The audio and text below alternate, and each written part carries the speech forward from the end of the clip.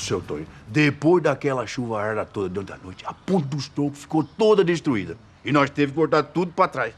Como é que nós vamos fazer pra chegar e dar comida pros animais? Ah, mas eu não acredito. Eu sabia que isso ia acontecer logo. Tava demorando. Eu tinha que ter visto isso antes. Agora a gente vai ter que arrumar outro caminho. E qual?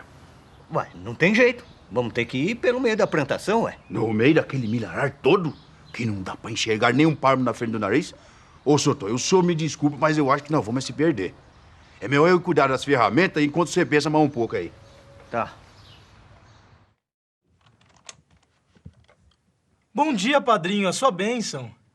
Ô, bom dia, Vitor. Deus te abençoe, meu filho. Então, quais são as novas? Acabei de ler no jornal que passou uma chuva brava por aí ontem. Tá tudo bem? Bom, com a gente tá sim.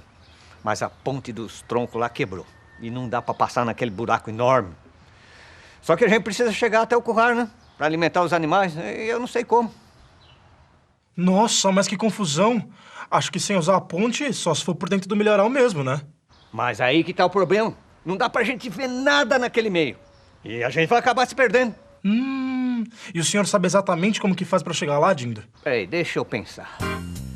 A gente sai da fazenda, pega aquela estradinha pra lá, passa a ponte, anda um tempão e depois vira pra esquerda. E anda mais um pouco. Sim, mas o senhor sabe quanto anda? Mas é claro, eu conheço essa fazenda como a palma da minha mão. É por volta de uns 3,5 km no primeiro pedaço e mais uns 2 km no segundo.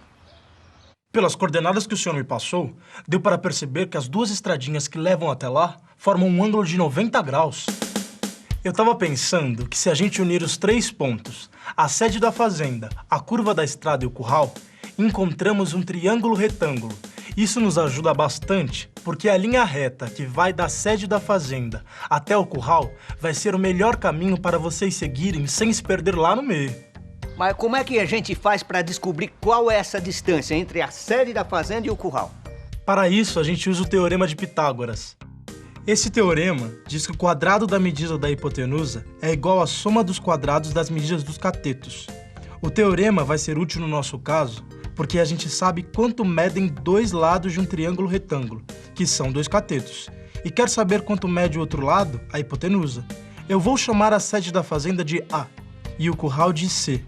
Fazendo os cálculos, vemos que é aproximadamente 4 quilômetros.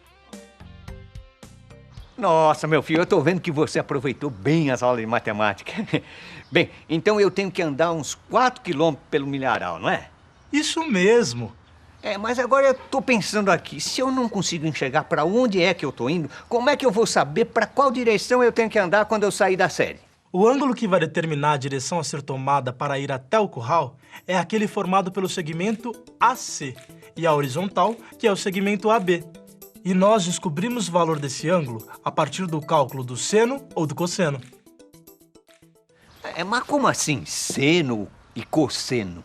Para entender o que é seno e cosseno, vamos ao triângulo retângulo.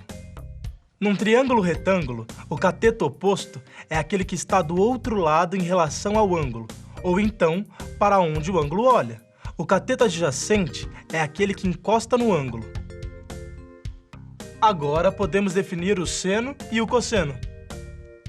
O seno de um ângulo é a razão entre a medida do cateto oposto e a medida da hipotenusa.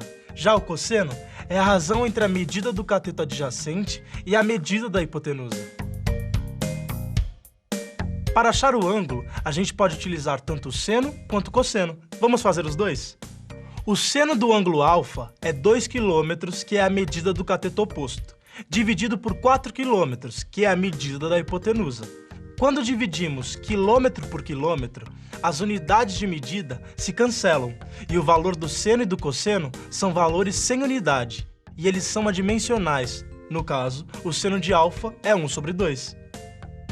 O cosseno do ângulo é 3,5 km, que é o cateto adjacente, dividido por 4 km, que é a medida da hipotenusa. No caso, o cosseno de alfa é a raiz de 3/2. Com esses resultados, a gente olha uma tabela de senos e cossenos e vê que o nosso ângulo é 30 graus. Peraí, mas de onde surgiu a tabela que você usou para descobrir o ângulo?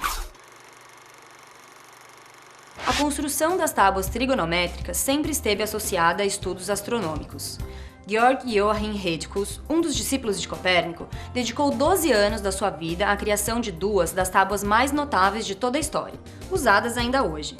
A primeira delas lista os valores das 6 funções trigonométricas: seno, cosseno, tangente, cotangente, secante e cossecante, com 10 casas de precisão para intervalos de 10 segundos de arco, totalizando 32.400 arcos diferentes. E a segunda lista apenas o valor da função seno, mas com 15 casas de precisão. Porém, antes dele, os hindus e os gregos, por exemplo, já possuíam suas próprias tábuas trigonométricas. Toda essa precisão sempre foi necessária, porque as observações astronômicas se baseiam em movimentos que parecem muito pequenos quando observados da Terra. Nossa, mas quanta coisa que eu não sabia! Pois é, mas vamos em frente. É preciso lembrar agora que o cosseno e o seno de um ângulo dependem apenas do ângulo e não do tamanho de um triângulo retângulo. Sabemos que 2 ou mais triângulos retângulos com um dos ângulos agudos iguais são semelhantes. Nesse caso, as razões que determinam o seno e o cosseno desses ângulos também serão iguais. Bom, sabendo o seno ou cosseno, a gente encontra um ângulo. E esse ângulo nos indica uma direção em relação, por exemplo, a uma reta fixa. Bom, no nosso caso, então, o ângulo que vai determinar a nossa direção é de 30 graus, é isso? Exatamente. A gente sabe que vai ser preciso caminhar ao longo da reta que faz 30 graus com a estrada da fazenda, para poder chegar no curral. Agora é só pegar uma bússola e um transferidor que o problema do senhor está resolvido. Ah, meu filho, mas eu não tenho ideia de onde foi parar a minha bússola. Ela sumiu há um tempão. E aí eu não comprei outra. Mas eu tenho o meu transferidor. Então, com ele a gente mede o ângulo. E para manter a direção do caminho, ao invés da bússola, vamos usar a semelhança de triângulos. É simples. A gente usa um transferidor para marcar os 30 graus com a estrada que vai dar na sede da fazenda. E então, é só andar em triângulos semelhantes ao original, só que menores. Para manter a proporção do triângulo maior, é preciso andar 3,5 passos e 2 passos, ou 3,5 metros e 2 metros, mantendo o ângulo reto. Assim, a gente sempre volta ao ponto pertencente ao segmento AC. Fazendo isso diversas vezes, conseguimos manter a direção original até chegar no curral. Poxa, mas que boa ideia é essa, meu filho? E não é difícil, não. Ô, seu Tom, quer dizer que o senhor já sabe como é que chega no curral? Ah, já sei sim, Bento. Graças a esse meu afilhado querido. Vai lá, Bento. Chama o pessoal que eu vou explicar direitinho como é que nós vamos fazer. Opa, tá certo então, seu Tom. É pra já. E quem diria que a trigonometria ia ser tão útil num lugar tão calmo como esse? Muito obrigado pela ajuda, viu, meu afilhado? Eu tenho certeza que a sua carreira vai ser muito promissora. Ah, que é isso, Dindo. Sempre que precisar, estou às ordens. E logo vou aí fazer uma visitinha pro senhor. Vem sim, meu filho. Até logo. Até.